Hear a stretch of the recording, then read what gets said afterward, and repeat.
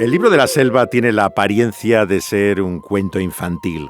Sin embargo, es una profunda reflexión sobre la vida, que muchos conocemos, claro, por la versión de Disney, que nos lleva a este mundo desconocido de la jungla de la India.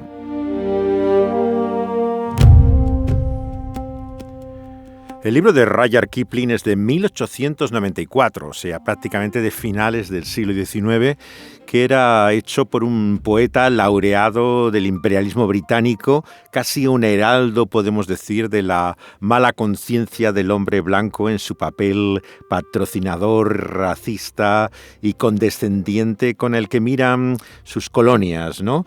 Tanto europeos como norteamericanos, aspirando a civilizar a esa gente oscura que hay alrededor de todo el mundo. El peligro, sin embargo, es quedarse en estos estereotipos actuales, de considerar simplemente esto como una obra, expresión del racismo y la incomprensión de otras épocas. El libro de la selva te lleva a temas realmente tan importantes como es el papel del individuo en la comunidad y finalmente al gran tema de toda la ficción, la necesidad de salvación. La estructura del libro vemos que es una colección de 7 relatos. Cada uno va seguido de un poema o una canción que comenta o reinterpreta la misma narración. Solo 3 de ellos, los hermanos de Mowgli, la caza de Kaa y al tigre, forman propiamente el ciclo que llamamos de los cuentos o historias de Mowgli, en que se basa Disney para su película. Además del relato del niño criado por lobos en esas selvas de la India, hay otros 4 más que no están en la película, claro. La foca blanca, Rikki Tikki Tavi, Tomai de los elefantes y Al servicio de su majestad, que no es una historia de James Bond.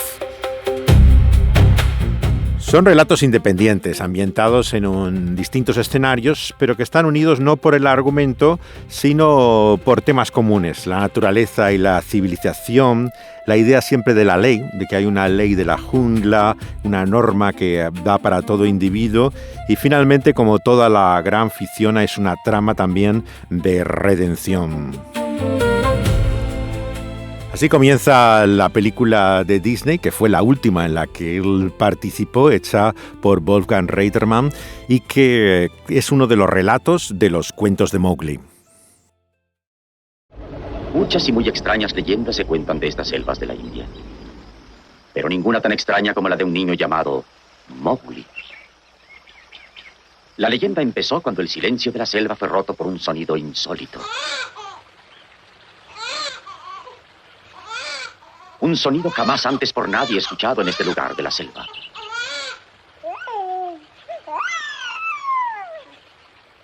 Era un cachorro humano. De haber adivinado entonces los trastornos que me ocasionaría, hubiera obedecido a mi primer impulso, que fue el de alejarme de allí.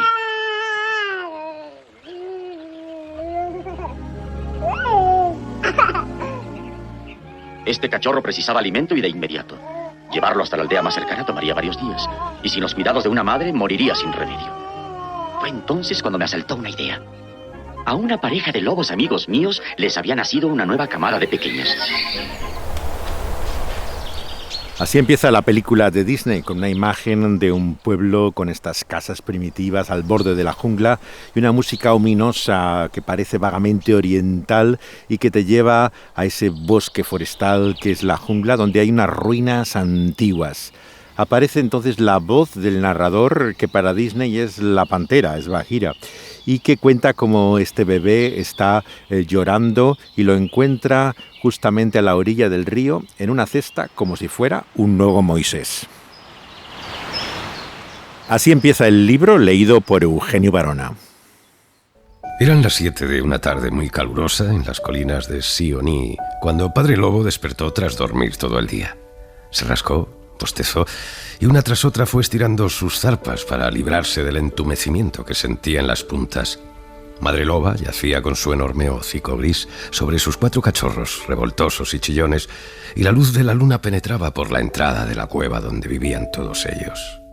Los lobos de la India desprecian a Tabaqui porque corre de un lado a otro haciendo diabluras, contando historias y comiéndose los trapos y trozos de cuero que encuentra en los vertederos de basura de los pueblos.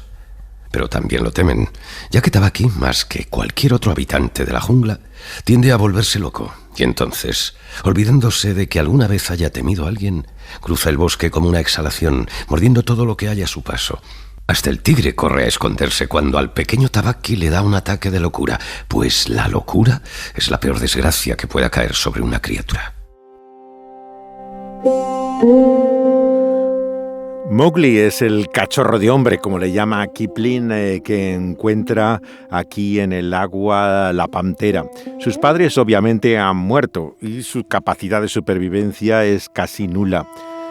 Vemos que, como se da cuenta Bagheera, la aldea más cercana está bastante lejos y sin el cuidado de una madre, dice Kipling, pronto perecerá. Es entonces cuando el primer impulso de la pantera era alejarse y dejar que la naturaleza siguiera su curso. Pero vemos que, sin embargo, cambia de opinión y rescata al bebé. Lo deposita en una cesta en medio precisamente de la madriguera de estos lobos que están criando los cachorros, otra especie de los míticos Rómulo y Remo de la leyenda de Roma, en la que aparece este cachorro humano que es Mowgli. Lo importante entender es que Mowgli claramente no pertenece aquí. Él no es un lobo y por lo tanto su adopción en esta familia te resulta sorprendente. Uno de los temas centrales del libro de la selva. La ley de la jungla, que jamás da una orden sin motivo, prohíbe a todas las bestias comerse al hombre, excepto cuando maten para enseñar a sus cachorros a matar. E incluso entonces han de cazar fuera del territorio de caza de su manada o tribu. La verdadera razón de semejante prohibición es que la muerte de un ser humano significa que antes o después aparecerán hombres blancos montados en elefantes, armados con fusiles y acompañados por centenares de hombres morenos provistos de gongs, cohetes y antorchas. Entonces son todos los habitantes de la jungla los que sufren. La razón que las bestias aducen al hablar entre ellas es que el hombre es el más débil e indefenso de todos los seres vivos y, por tanto, es poco deportivo meterse con él. La ley de la jungla establece muy claramente que todo lobo, al casarse, puede retirarse de la manada a la que pertenece, pero que tan pronto como sus cachorros hayan alcanzado la edad en que puedan tenerse en pie, debe presentarlos al consejo de la manada, que generalmente se celebra una vez al mes cuando hay luna llena, con el fin de que los demás lobos puedan identificarlos. Después de esa inspección, los cachorros son libres de correr a donde les plazca. La historia se adelanta entonces 10 años, cuando Mowgli parece ya bien adaptado a la selva. Lo curioso es que es alguien realmente suave, dulce, nada de lo que la literatura científica te dice sobre estas criaturas humanas que son de alguna forma criadas en la selva o en cualquier otro lugar abandonado sin trato con seres humanos. Es así moreno, con vagos rasgos asiáticos, pero curiosamente anda recto, no a cuatro patas como aquellos con los que se ha criado. Lleva un taparrabos y desde luego parece que también se corta el pelo, algo bastante sorprendente.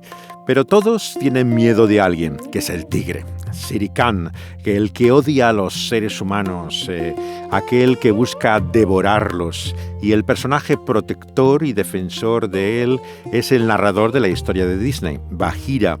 Es el que siempre va a su rescate, pero que de alguna forma no acaba o bien de confiar en él o de poner su afecto como hará luego en Baloo el oso. Y sin embargo la pantera la que le acompaña en cada uno de sus movimientos y también a esa aldea cercana, no permitiendo que ese gran felino lo pueda convertir en otro cazador con armas, que es la descripción del ser humano que hacen estos animales. Entonces, el único animal de otra especie al que se permite asistir a los consejos de la manada, Baloo, el oso pardo y dormilón que enseña la ley de la jungla a los cachorros de lobo, el viejo Baloo, que puede ir y venir a su antojo porque solo come nueces, raíces y miel, se levantó sobre los cuartos traseros y gruñó: ¿El cachorro de hombre? ¿El cachorro de hombre?, dijo. Yo hablo por el cachorro de hombre. No tiene nada de malo un cachorro de hombre. No poseo el don de la oratoria, pero digo siempre la verdad. Dejad que corra con la manada y sea aceptado con los demás. Yo mismo me encargaré de enseñarle. ¿Qué hace este amistoso y gran peludo oso en medio de la jungla? Lo ignoramos. Balú aparece aquí en este medio tropical sin explicación alguna y se convierte en el objeto de afecto de Mowgli.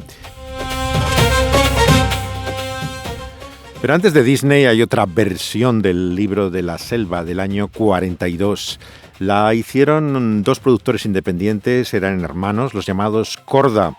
Y vemos que te muestra una historia más centrada también en Mowgli, que es secuestrado por habitantes de una aldea.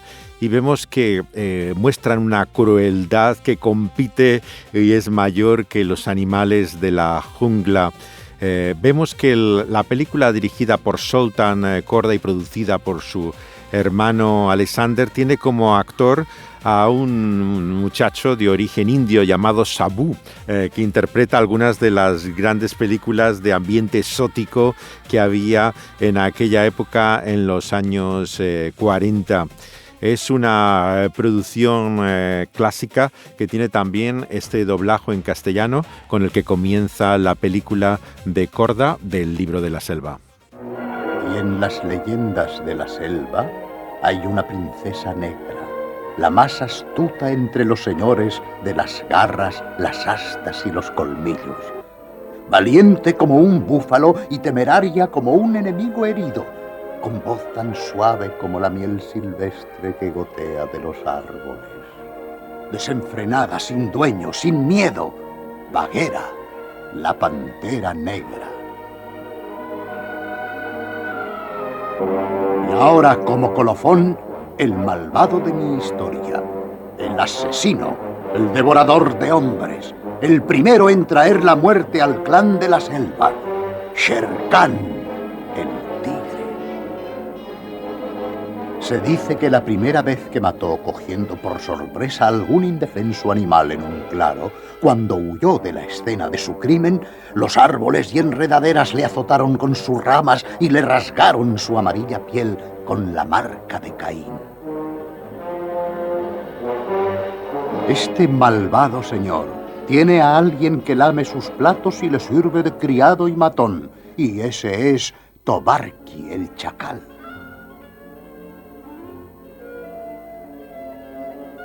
Y la hiena, hambrienta de los restos del criminal festín de su señor. En el año 40 los tres hermanos Korda habían dejado Londres para ir a Hollywood, donde dos de sus películas que habían comenzado ya en Gran Bretaña son finalizadas. Es El ladrón de Bagdad, ¿no? Y esa mujer Hamilton. Los Korda hacen grandes producciones en color en esa época, en los años 40, como esta del Libro de la Selva, que utiliza esa estrella juvenil que es Sabu. Sabu era un indio americano, pero no nativo americano, sino un americano que había nacido en la India y que tiene un papel muy grande no solamente en El ladrón de Bagdad, sino también en la historia de Black Narcissus, de las monjas en la India, sorprendente, en un monasterio también de aquella época. Él venía de un estado de la India y su padre se dedicaba allí a criar, mantener, dirigir en la formación a elefantes. Por eso es que aparece siempre en todas las películas subido a un elefante. Estaba familiarizado desde niño con ellas. Él es descubierto por el documentalista Robert Flaherty, que hizo una película en el año 37 que se llama así El chico de los elefantes, en que le muestra precisamente haciendo aquello que hacía desde la infancia. Pero será el británico Michael Powell el que realmente le dé luego a conocer con historias como El ladrón de Bagdad. Él está en el ejército norteamericano en la Segunda Guerra Mundial llevando bombarderos aéreos, ¿no? Y vemos que justamente ya después de la guerra su carrera empieza a declinar, aunque hace esta gran película británica que es Black Narcissus y otra más al final del río, pero ya empieza a ser alguien desconocido. Él se casó con una actriz, Marilyn Cooper, y fue objeto también de un pleito en su día sobre paternidad bastante conocido. Un fuego destruyó su casa en Los Ángeles y vemos que acaba también en medio de pleitos por su supuesta responsabilidad en el incendio.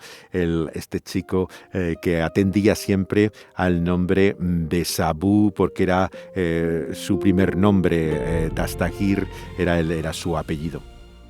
Pero mi historia no trata solo de felinos. Os voy a hablar también de la serpiente Ka, la sabia, el oráculo que enseñó a nuestra madre Eva a hablar el lenguaje. Las referencias a Eva llena de astucia y pecado, como también vemos a lo largo del relato, todas estas citas bíblicas que van a llevar a, de hecho, una de las pocas referencias a la escritura que aparece en una película de Disney, como descubrirán al final de nuestro programa, hacen que no podamos ver este relato fuera del contexto en el cual este autor británico se ha formado, el del cristianismo. Ka es una boa constrictor que tiene una mirada hipnótica y magnética, pero que consume también al chico y es protegido así por Bagheera, como referencias a esa serpiente antigua que el Apocalipsis en su revelación final de la Biblia llama Satanás, el adversario del ser humano. Vemos que así pasa también Mowgli por el reino de la jungla que pertenece a todos estos monos chimpancés, ¿no? Y el orangután que en la película de Disney canta números de jazz, ¿no? El Rey Louis, que tiene la voz un italoamericano de Nueva Orleans, pero que la mayor parte de los americanos creen que es un afroamericano, aunque en realidad no lo fuera. En esta época de los derechos civiles, estamos en 1967, había mucha conciencia de las diferencias raciales, ¿no? Y también de la modernidad, las referencias que hacen también el orangután a que él es el primo de Mowgli, ¿no? Le dice que un simio también puede aprender a ser humano, ¿no? Y que la capacidad para él de ser humano es poder hacer fuego. Son referencias también a la influencia misma que la evolución y su conocimiento tenía ya para la población americana. Pero lo significativo de esta historia es el papel que hace Baloo al querer adoptar así al chico. La pantera piensa que es mala idea porque lo que cree es que debería volver con los de su especie, el muchacho, pero el afecto está a esta figura del oso como este tío indulgente o abuela que le permite a vivir felizmente, pero que finalmente es convencido por la pantera para dejar al muchacho y se siente así traicionado en medio de la jungla ante el peligro de Shere Khan. Así es como habla con sutilidad la serpiente seductoramente a Mowgli. Ah, eres tú. Ah, sí, hombrecito, qué gusto de verte otra vez. Oh, ya déjame. Suéltame. Deja que te vea yo. ¿Es que tú no quieres que te vea yo? Entonces tú veme a mí.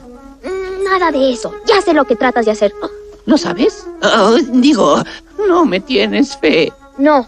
Entonces nada puedo hacer para ayudarte. ¿Tú quieres ayudarme? Seguramente. Yo podría hacer que nunca tuvieras que abandonar la selva. ¿Y cómo lo harías? Yo tengo mis propios recursos secretos. Pero antes debes confiar en mí. Yo ya no confío en nada ni en nadie. Y tienes mucha razón. Pero yo no soy como uno de esos falsos amigotes que tienes tú. Tú puedes confiar en mí. Así el ser humano fue puesto en aquel jardín frondoso como una jungla, en el cual se encuentra esta serpiente antigua que le sugiere cómo poder quedarse en ese paraíso haciendo su voluntad, pero tiene que confiar en ella, escuchar no solamente sus engaños y mentiras, sino creerlos, pretender que puede ser como aquel que es su creador y Señor, y permanecer en aquel paraíso a su voluntad. Esa fue la tragedia de la cual todavía vivimos sus consecuencias los tristes hijos de Adán, que atendiendo a aquel engaño y mentira seguimos pensando que podemos encontrar nuestra vida aquí sin contar con aquel que es nuestro Creador y Señor. Así Mowgli se ve traicionado tanto por su querido Baloo como por la pantera que cree que debe estar con los que son igual que él. Se enfrenta así al tigre y aparece de repente su salvador y redentor, su querido oso Baloo, que muere en la batalla para la consternación de Mowgli. Baloo, levántate. Por favor, levántate.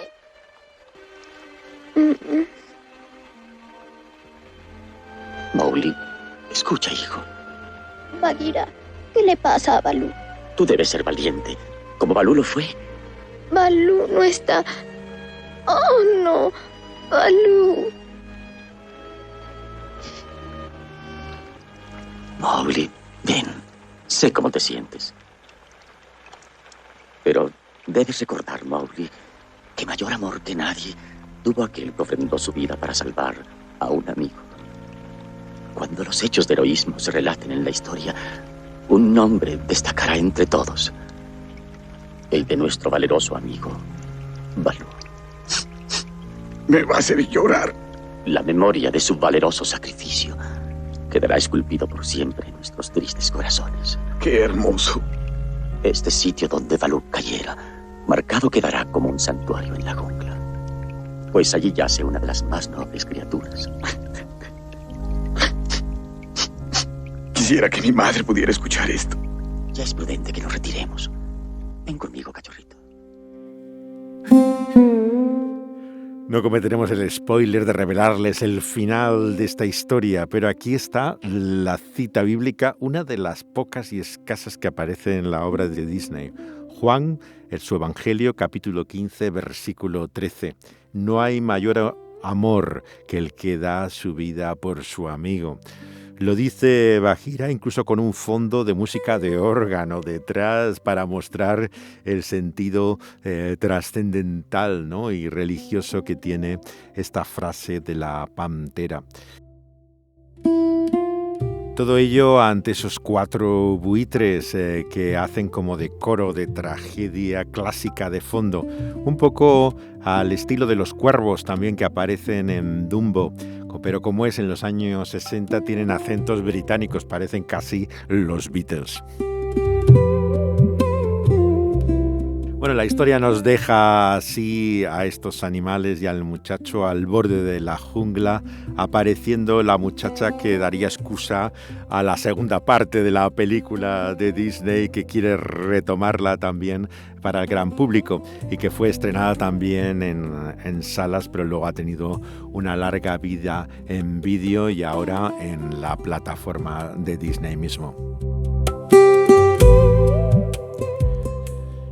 La historia del Evangelio vemos que nos habla de ese sacrificio redentor, de esa entrega que finalmente nos salva y nos libra de la muerte y de la destrucción eterna. Es precisamente esa referencia al Evangelio de Juan el que nos habla de nuestro auténtico Salvador, aquel que no tiene otra forma de librarnos al mal que entregarse, que ofrecerse a sí mismo, que dar su vida por nosotros que éramos sus enemigos, pero que Él ha querido llamarnos sus amigos.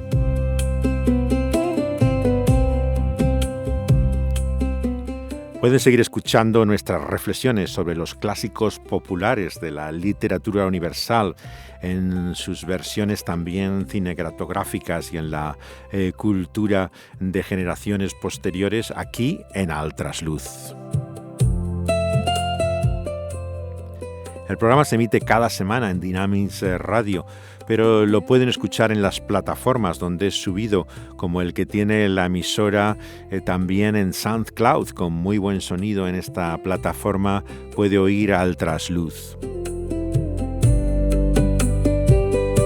Junto a Tanto Música está también en Spotify y la plataforma con más podcasts en castellano, iVoox, lo encontrará junto con YouTube, con el nombre que tiene el espacio radiofónico en el cual se emite habitualmente, el nombre del Pulso de la Vida. Allí encontrará también en ese canal nuestro programa de Al Trasluz. Si es un usuario de Apple, lo encontrará también en iTunes, incluso en TuneIn. Y en SoundCloud con los nombres de aquellos que realizamos el programa de mí, José de Segovia, pero también del autor, creador de la música, el diseño sonoro y la realización técnica de este espacio, Daniel Panduro. Les saludamos desde los estudios de Dynamics Radio, desde donde les mandamos nuestros saludos, besos y abrazos y les esperamos en nuestro próximo programa.